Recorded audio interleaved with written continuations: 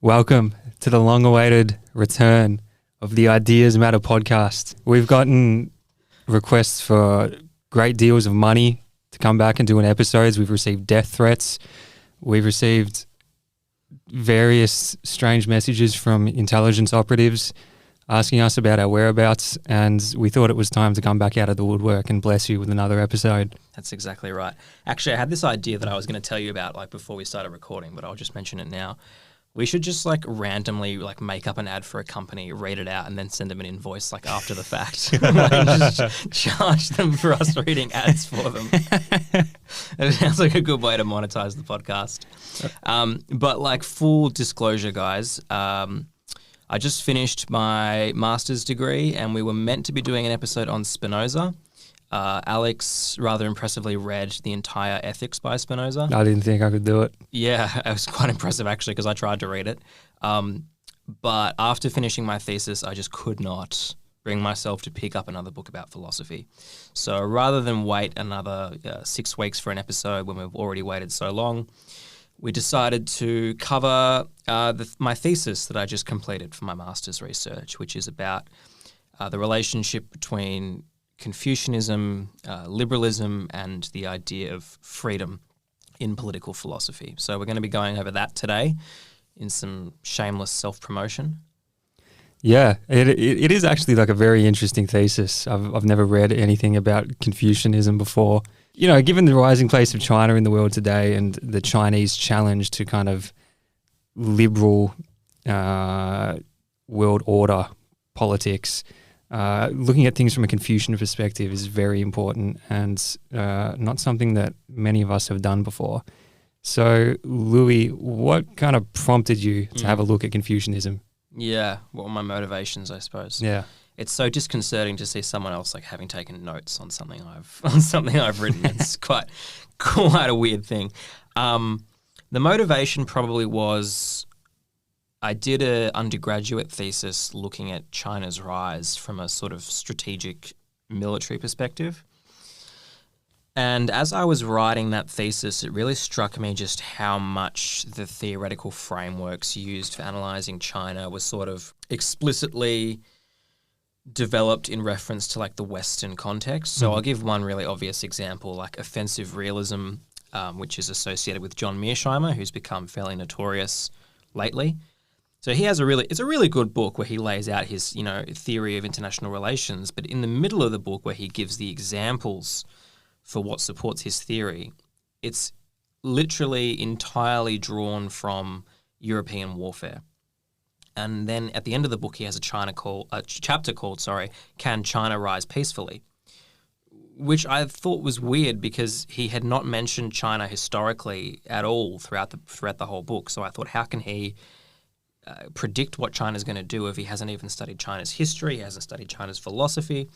So that got me more thinking about analysing China on its own terms. And I was aware vaguely that in China at the moment there's a bit of I guess you'd call it a resurgence of Confucianism, which is interesting because after the Communist Party took over, and particularly during the Cultural Revolution, Confucius was shunned. He wasn't outlawed, but it was kind of frowned upon. It was sort of viewed as a relic of China's feudal past, and there was a belief that these ideas were outdated and they were partly responsible for why China had been so comprehensively outclassed by Westerners, that in some sense their ideas were feudal and backwards and they needed to modernize. So Chairman Mao in particular launched a Criticize Confucius, Criticize Lin Bao campaign and encouraged people to criticize Confucian ideas. So in that context, it's interesting that recently there's been a revival of Confucianism. I mean, in Australia, we've heard a lot about the Confucius Institutes.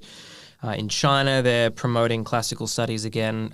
Parents are increasingly enrolling their students in Confucian Sunday schools. And so I wanted to know, why is this going on? I mean, on the one level, it's probably just a little bit cynical, right? Nationalist governments love to do this sort of thing. But beneath everything, there's a grain of truth.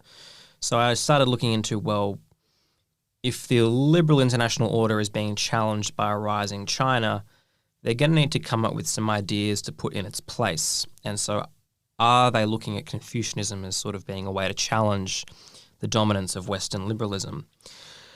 And the final point I'd make in terms of my motivation was it really dovetailed with my own thinking at the time, the relationship between Marxism and liberalism. And I sort of had this realization that Marxism is really kind of just liberalism boiled down to its like highest ideal.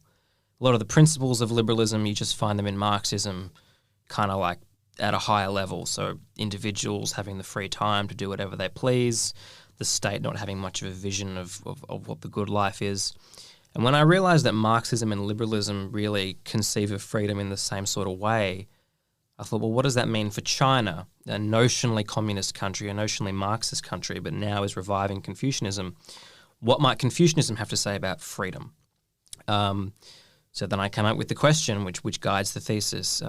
Is a Confucian theory of freedom possible? And if it is possible, is it more desirable than Western alternatives? And so that was my research question. Very interesting. There's quite a bit to dig into here, but I feel like the best way to go into this is, like you mentioned, dovetailed with your interest in Marxism and liberalism, and we've had a couple pods on those topics: liberalism, the philosophical origins of liberalism, and having a look at Marxism too, and communitarianism. So why don't we start off with a brief little reminder of what liberalism is, what is liberal political philosophy? Yeah, that's probably a good place to start, yeah. So I had a chapter, chapter 2 is critiquing Western theories of freedom, but really chapter 3 is sort of also that as well, but in more detail, because chapter 3 is about how liberalism and Confucianism conceive of the self. And so my main point there was that in liberalism, humans are conceived as individual selves. Everyone exists as a kind of individual entity that then has relationships with other people. But these relationships are always, I guess, accidental or auxiliary to your real identity. So, I've got friends, I've got family relations. These things might be good, they might be bad, but they're not actually part of who I am. They're sort of somewhat external to me. So liberalism views people first and foremost as individuals. So this is like our episode we had on Descartes, like the Cartesian self, which exists prior to anything outside of it. Absolutely. And I did mention, from memory, I think, mentioned Descartes. Yeah, you did. Briefly in that chapter as where some of this comes from. So it was important to include that because that sort of idea of the self is not, well, some might argue that there is a view of individualism in Confucianism. I don't, but at least on my reading, that it's not individualistic at all.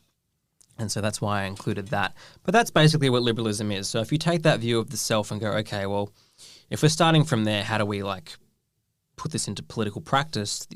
Politics just becomes about how can you create the biggest space for individuals to do whatever they want as long as they're not harming other people.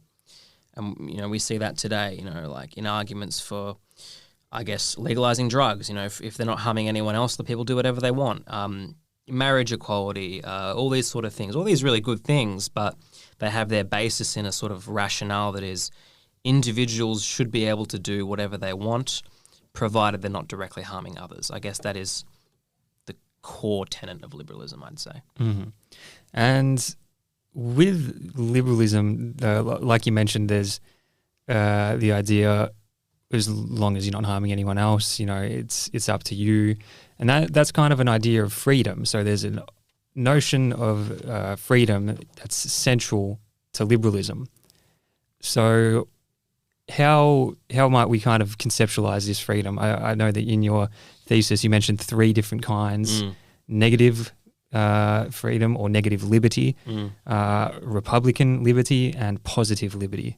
Would you mind taking us through those? Yeah, that's a great segue because everything I just said about liberalism and sort of what I said there about people being able to do whatever they want as long as they're not directly harming others, you're right. This is often called negative liberty.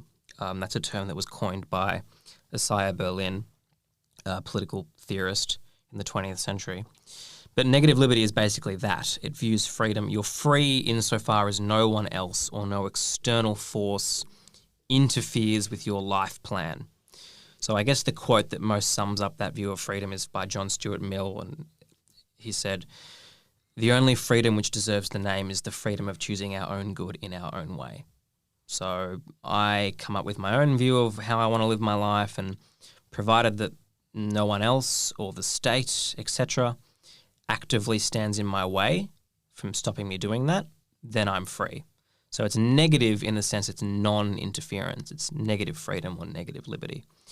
And then there's positive liberty, which you could argue is just as much a part of the liberal tradition as negative liberty, although it's not as common in Western, particularly Anglo-American democracies. Positive liberty is, yes, we want negative liberty, but that's not sufficient. It's not enough.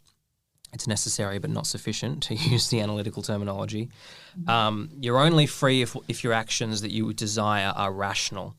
And so the example I give in the thesis, which I would hope is not controversial, is like an anti-vaxxer. And I picked that example because we've heard a lot about freedom in relation to vaccine mandates, etc., in the West. And not getting vaccinated is a form of freedom if that's your choice. And it's a good example of negative freedom because these people don't want some external force telling them what to do. But a proponent of positive freedom will say, no, you're not really free because you're making that decision on the basis of false information. So you're not free if you're making decisions and have ideas and beliefs that are in some sense false or wrong. And obviously you can see how this is controversial because who's to say, what is and isn't objective? In something like this, it can get controversial pretty quickly, but it goes right back to Plato's idea of the cave. And people looking at shadows on the wall, they might think they're free because that's all they know, but really when they escape the cave and they see things as they really are, they realize, oh, well, we were just staring at shadows on a wall. We weren't actually free.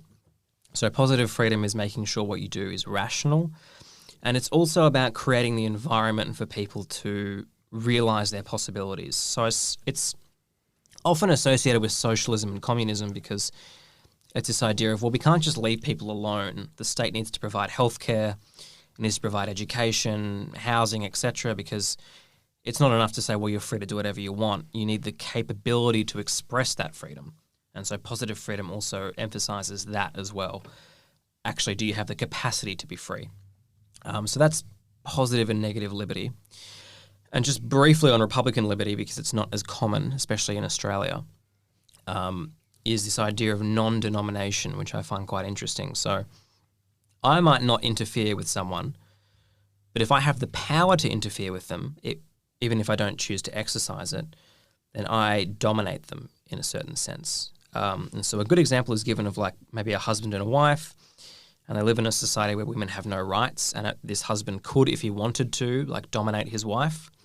But he just happens to be an enlightened person. So he treats his wife very well, gives her personal freedom. But because they live in a society where if he wanted to, he could interfere with her life, she's not really free, according to the Republican definition of freedom, because her freedom is arbitrary. It depends upon his whim. So you see this manifested, I guess, politically and really trying to constrain the power of the state. And it's a very prevalent idea in America, and it sort of underpins like their Bill of Rights. It's like, no, it's not enough that the state doesn't do these things. The state shouldn't be able to do them even if it wanted, which I think is an interesting argument. And like, as I think I mentioned in the thesis, a slightly more sophisticated critique of things like vaccine mandates, because some of the criticisms that I thought actually had some merit were about the exercise of government power and a lack of consultation with like citizens, and that's the domain of Republican liberty. Mm-hmm. And so I think it's just as a caveat, Republican in the sense of like a republic, not the American Republican Party. No, good point. Yeah, not capital R Republican, small R Republican. Yeah, and also there's a little bit that you wrote on Marx. And his relation to liberalism and liberal freedom. You alluded to this in your kind of introduction to explaining the thesis, but could you just elaborate a little further on Marx and liberal freedom? Yeah, so I I think what I'm talking about there is Marx's economic and philosophical manuscripts, which we have an episode on. Please refer to that. Yeah, please go back and listen to that. But yeah, that's really what I meant when I said at the start that like Marx's idea of freedom didn't really escape the liberal tradition. It was still very much like bedded within it. It was just trying to make it as good as it could be and get rid of some of the more bourgeois elements of liberalism. But if you were to think like what is Marx's ideal society, it is kind of really just what John Stuart Mill said, like everyone pursuing their own good in their own way. I mean, in communism, the state is supposed to wither away, and so there wouldn't be a state that's propagating like a form of the good life that's desirable. There wouldn't be this sort of overarching capital M morality. It would ultimately just be down to individuals. Does that answer your question? Yeah, it does. So why don't we move on to what is wrong with the liberal conception of freedom and give us a segue into Confucianism? Yeah, so how I jump from one to the other is through this idea of the self. So I've mentioned that liberalism views people as individuals. And I think it might be the biggest or the second biggest chapter in the thesis is this Ontology of the self chapter, where I argue that people are not individuals. I think I use quite strong language, which my advisor repeatedly tried to get me to water down, but I refused. I think I said it's a fiction that people are individuals. And what I mean by that is that you can't really talk about anyone in the abstract. You know, the second you're asked to define someone, you start doing it in reference to things around them, like their job, what they're interested in, who their family members are, who their friends are. So what I'm trying to get at is this idea that like our identity is inextricably bound up with our relationships to other people. Mm-hmm. It's not like we exist prior to our relationships. No, we are not just informed by them, we're constituted by them. And I don't really think it takes like much argument to get most people to see how true this is. You just think about like how much your personality is informed by your upbringing, for example, how your views and beliefs are informed by your the environment and the context you were brought up in. You know, very few people actually sit back and critically evaluate their entire life and try and transcend their upbringing and come to this fresh understanding of what they believe. Most people are really just a product of their environment, or everyone is the product of their environment. It's just a question of how aware you are of that. So this liberal idea that everyone is sort of self-made, is just absurd to me. It doesn't make any sense. There's these really interesting psychological studies which show that people's character traits and personality traits, which we might think to be good windows into who they actually are, quote unquote, are actually not stable at all, and they're really highly malleable. And so there was one really interesting study where some psychologists paid an actor to pretend to be in pain in an alleyway and to call out for help. And then they basically recorded people walking past the stranger to see if they would stop and assist the stranger. And what they found was the single biggest predictor of whether people actually stopped to help this person who was audibly in pain and wanted help was not whether this person identified as being religious, was not whether they identified as having any ethical beliefs or commitments. The single biggest predictor of whether they would stop and help someone in pain was simply were they in a hurry. And so this idea that you might have a stable character trait that persists across all scenarios of your life is very, very shaky. And the other famous example is the Stanford prison experiment, where they take normal people, they put them in a position of power, and very quickly they become quite despotic and very authoritarian. So the idea is here that who you are, insofar as that's manifested in what you do, which is a key tenet of Confucianism, you just are what you do, it's very, very context dependent. So there is no stable sense of self. And so you move from liberalism being focused on individual morality to Confucianism with how do we create good environments, how do we create good societies, how do we create good relationships, because how we act is really just a product of that. So the basic kind of unit for conceptualizing society moves from the individual to wider groups. Precisely. Yeah, that's a good way of putting it. From the individual to the family, I guess, would be the most common usage there, because Confucianism has a huge emphasis on filial piety and the family. Obviously, before the modern state, that would have made a lot of sense as well. But yeah, from the individual to one's social group. Mm. And in Confucianism, so there is no stable sense of self that exists outside relations. Like people, as you said, people are their relations, or they are their roles. Mm. You know, any sense of identity is dynamic, really. You are as you do. Mm-hmm. So what does he say about the idea of like a meaning of life in Confucianism? Yeah, so the meaning of life... tell me about what the meaning of life is. What is the meaning of life? It didn't come down too conclusively on that in my research. But I guess there's an interesting like aside in the thesis, which is very like meta-philosophical, which is about meaning and where meaning comes from. And what I said was that in Western philosophy, meaning is transcendent. Mm-hmm. And so like I guess you can take this back to Plato, where he's like trying to find what is the form of the good, the form of the just, the form of beauty, etc. Locating these ideals in abstract rational space, and then earthly reality just approximates these abstract ideals. And we're always trying to transcend our lowly existence to reach up into the stars to, approximate the form of the good or whatever. So it's very a priori. Whereas in Confucianism, that's just kind of a nonsense. They don't really think that way. They don't really go, well, let's logically deduce what is good and then try and find examples of it in the world.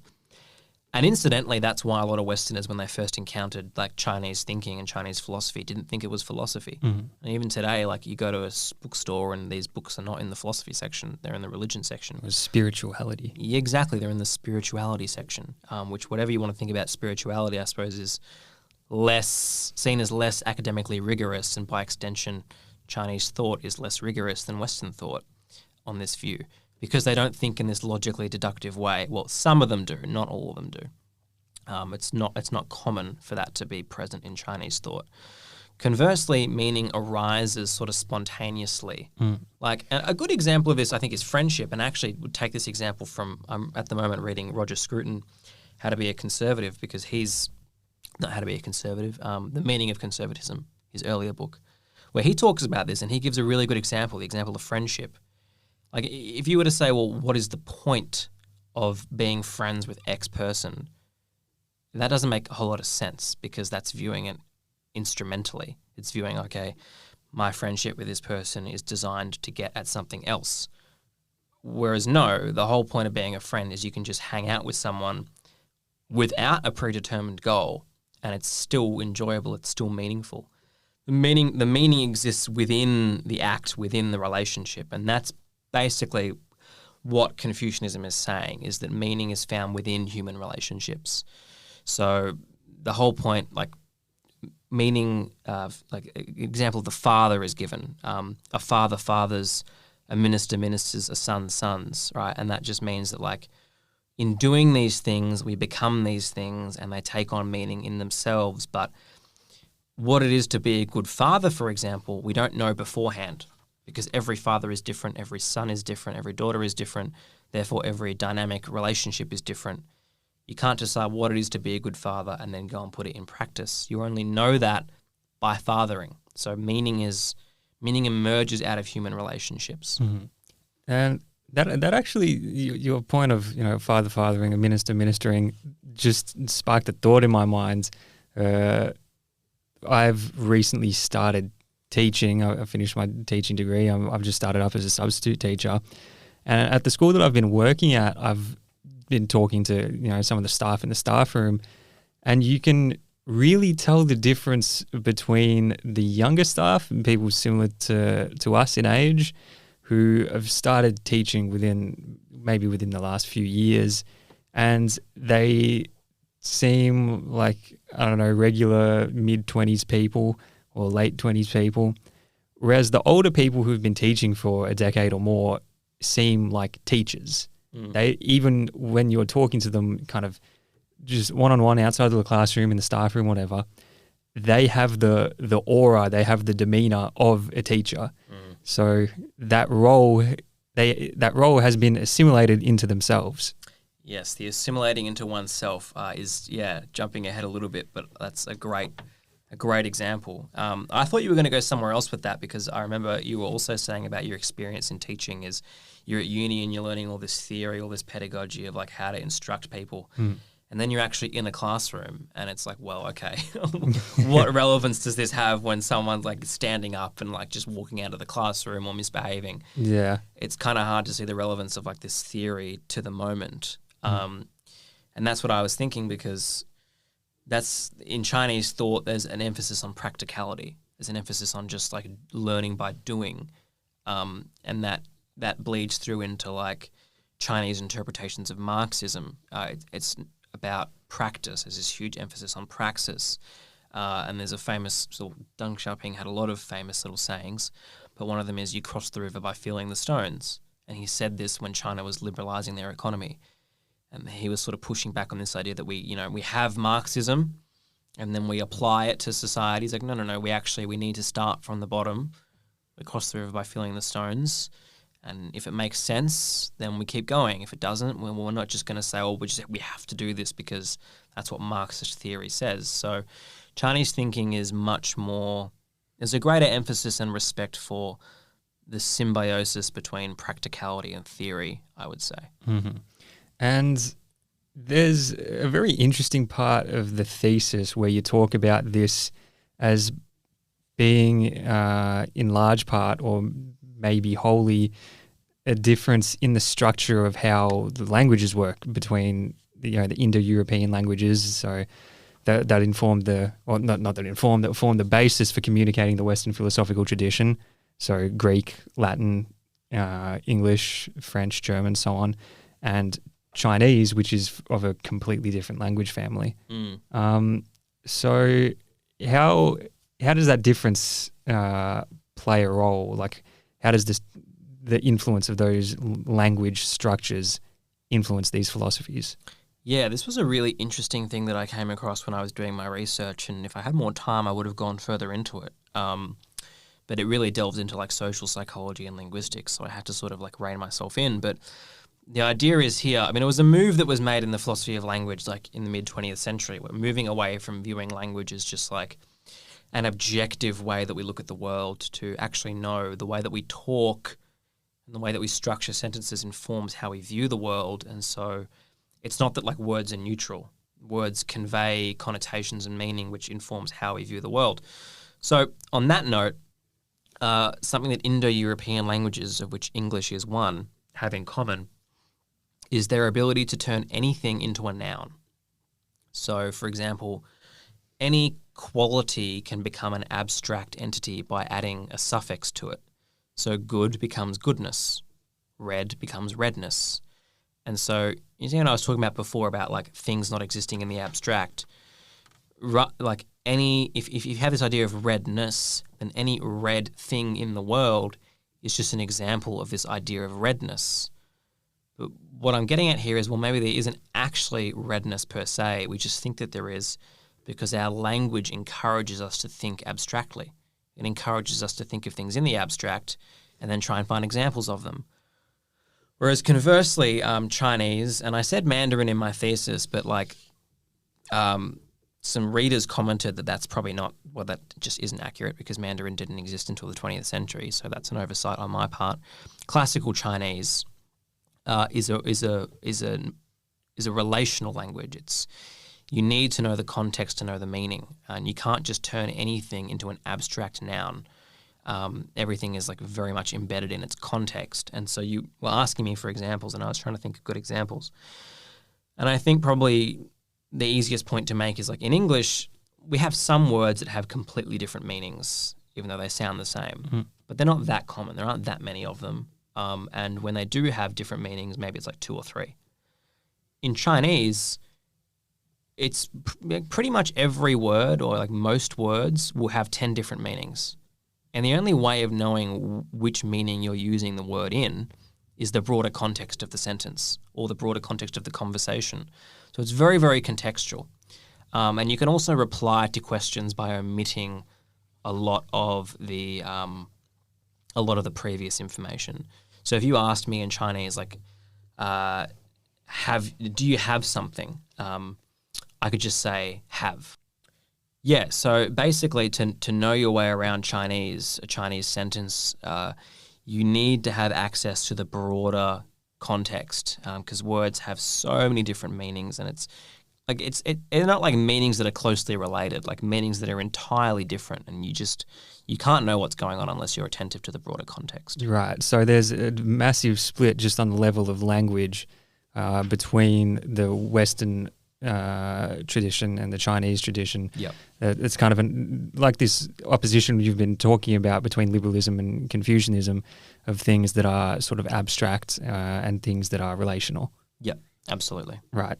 So this recording studio is going to close very soon, so let's just jump right into Confucian freedom. So how does this, well, in the liberal tradition, an idea of freedom arises very naturally because if people's sense of self are necessarily separate from one another, then freedom from those selves being impinged on by one another just makes sense. You know, it's just kind of hardwired into the software there. But with everyone being relational in Confucianism, how does a theory of freedom come about? Like, how does that make sense? It's a good question, and one that I had to be careful with because there's always a danger in doing comparative philosophy where you basically just transpose concepts from your own tradition onto another tradition, and in doing so fail to interpret that tradition correctly, or you sort of twist its meaning because you're trying to locate something that might not actually be indigenous to that tradition. So I was very conscious of that. But with that being said, there were some Confucian scholars who did argue for a theory of Confucian freedom. But the first point to start is what you were saying was that, well, you can't have freedom from other people, which is a lot of the Western view of freedom, particularly negative liberty, is freedom from other people. That just makes no sense in Confucianism because you are your relationships. So if you're free from others, you in a sense don't exist. So it's freedom within relationships. And so really, I guess, the highest good in Confucianism is living consummately in our relations, I think is to paraphrase Confucius. So it's about being good at social relationships. And when we're good at forming social relationships, we're at our most human. That's what we're meant to do. We're social animals, as Aristotle said. So there are some similarities actually between the two traditions. But freedom then is, I guess, when you are so good at these relationships, they become sort of effortless. So the example I give is an analogy between Chinese martial arts and freedom. You don't even have to go to Chinese martial arts, any sport really. You'd be familiar with the idea of a flow state, right? When you're in a flow state, you're sort of doing things, athletes experience them all the time, where they sort of lose their sense of time and they just feel like they're doing things spontaneously and they have these like creative outbursts. What's interesting about the idea of a flow state is that it has to take place within certain constraints. So an athlete can only experience a flow state because the sport has rules. And when an athlete is at their highest level, they've internalized these rules, and these rules are no longer barriers on their ability to express themselves, but they actually help them express themselves. And so the martial art analogy is like if you look at karate or kung fu or taekwondo, they do these forms which look really contrived, and like, well, why on earth are they doing all these forms? Because they look kind of weird and unpractical. But the idea is, what is at first uncomfortable to do, by doing it over and over and over again, these movements become natural. And at first, they are barriers on what you might want to do. But then you assimilate the movements into your own body. They become part of you. And then you express yourself through those movements. So it's like freedom within constraints, if that makes sense. Right. So Karate Kid, wax on, wax off. Yeah, exactly. Like he finds his freedom throughout the course of that film, right? Like at first it makes no sense. He's like, what the hell am I doing? But then once that movement becomes second nature to him, then he can start thinking about other things, and he becomes free through those movements. And so I say that forms are to martial arts, rites are to morality, what forms are to martial arts. So this idea in Confucianism of performing rites, of having ceremonies where like generations perform ceremonies to their ancestors, it's actually about like performing things until these like moral ideas become part of your sense of self, and then you don't have to be forced to do them. They just are part of you. You become your moral effortlessly, your moral spontaneously, and that is a sense of freedom. Why is that freedom? I give the example of like, Hume said reason is and ought to be the slave of the passions. So if I have some abstract idea of the good, I wake up every morning and every day is like, oh, I'm struggling against my desires to implement this like rational theory of the good. So I'm not really free because I'm still having to fight against my urges to do something else, which I might think is not moral. But if I practice, and I said before about the relationship between theory and practice in Chinese thought, if I practice doing what is moral over and over again, my desires and the idea of the good become one in the same thing. So there's no longer that tension where I'm trying to implement this rational theory of ethics. My theory of ethics is just how I act because I've done it so many times. And that's Confucian freedom. Mm-hmm. So this, like you alluded to, it sounds like it has quite a bit in common with like Aristotelian virtue ethics. What's the sort of major difference between the two, would you say? That's a really good question. I might have to take that on notice, but I'd probably say like one of the main differences that springs to mind is again like virtue in the Aristotelian sense. And I've not read the ethics, so I'm not going to pretend to be an expert on this, but it's still kind of abstract. Mm-hmm. Like, what is it to be just? Right. What is it to be good? They're still kind of like rational deliberations. Yeah, like Aristotle in the Nicomachean Ethics kind of provides a list, like a sort of table of different ethics and vices and deficiencies and so on. And it's sort of like this predetermined abstract list of things where it's like, okay, well, there's the virtue of bravery and a lack of it is cowardice and an excess of it is foolhardiness. So we've already figured out beforehand what the kind of framework for understanding all of this is. You just need to go and practice it. Yeah. Well, there you go. That's a great example. Although this idea that like virtue is found in moderation actually does somewhat exist in Confucianism. There's a famous saying in the Analects where this student asks Confucius for some advice and he tells him something. And then the same student overhears another student asking the same question, and Confucius gives him the opposite advice. And this initial student comes up to him and says, well, I asked you this question and you told me to do this. But then this other student asked you the same question and he told him to do something else. Like, what gives? And Confucius basically says, well, your two personalities are so different. Like, he's really energetic, so I tried to wind him back in. Whereas you're very shy, so I encourage you to, be more active. Everyone is different, and what is virtuous for one person might not be virtuous for the other person.